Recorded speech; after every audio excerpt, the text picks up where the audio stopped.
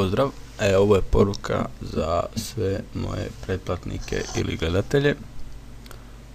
Htio bih odmah da razjasnimo jednu stvar, znači molim vas nemojte komentirati, pogotovo ne sa ovako glupim komentarima prije nego što pogledate cijeli video. Evo na moj video koji 100% radi i na kojem je objašnjen zapravo princip rada, neki gospodin komentira koji ste vi prevaranti, ljudi su glupi ko kurac i ne kuže da zapravo sve podatke daju baš tebi. Znači kao prva stvar ne želim, to jest nema vrijeđanja na mom kanalu, ali moram reći da je ovaj gospodin definitivno što se mene tiče ne mora više nikad pogledati nijedan moj video zapis jer automatski vrijeđa mene, a tako i moje gledatelje. Prva stvar, video definitivno radi i objašnjeno je da ne ide meni nikakvi podaci, već idu baš vama ako unešete vašu mail adresu. I sami ste probali i sami radi. Znači prva stvar, molim vas nemojte komentirati tako glupim komentarima da ne radi jer u životu nisam stavio video koji ne radi. Ne želim nikog varati.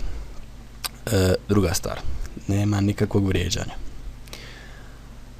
Treća stvar, znači postoje komentari, evo na primjer na moj video,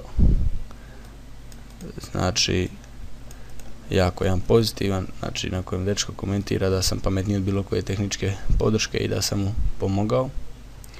Znači to je dečko koji je razumio video i koji je dobro pogledao video i koji je razumio što stvari, jer zapravo svaki moj video radi i svaki video je napravljen u korist da vama pomogne.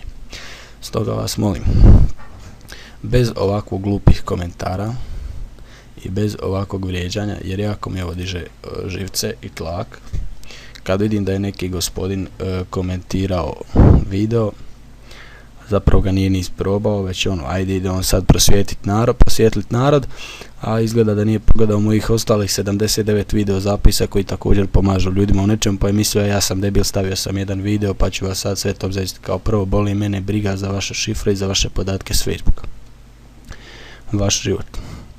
Tako da ovo je bila poruka i molim vas unaprijed bez ovakvih glupih komentara i bez vrijeđanja i bez prostota, pogotovo ne mene i mojih gledatelja i mojih pretplatnika. I gospodine Hrvoje, ako gledate ovo, lijepo vas molim da više nikad ne komentirate nijedan moj video. A ovom dečku zahvaljujem jako. Svaka mu čast. Evo, hvala, to bilo to ukratko.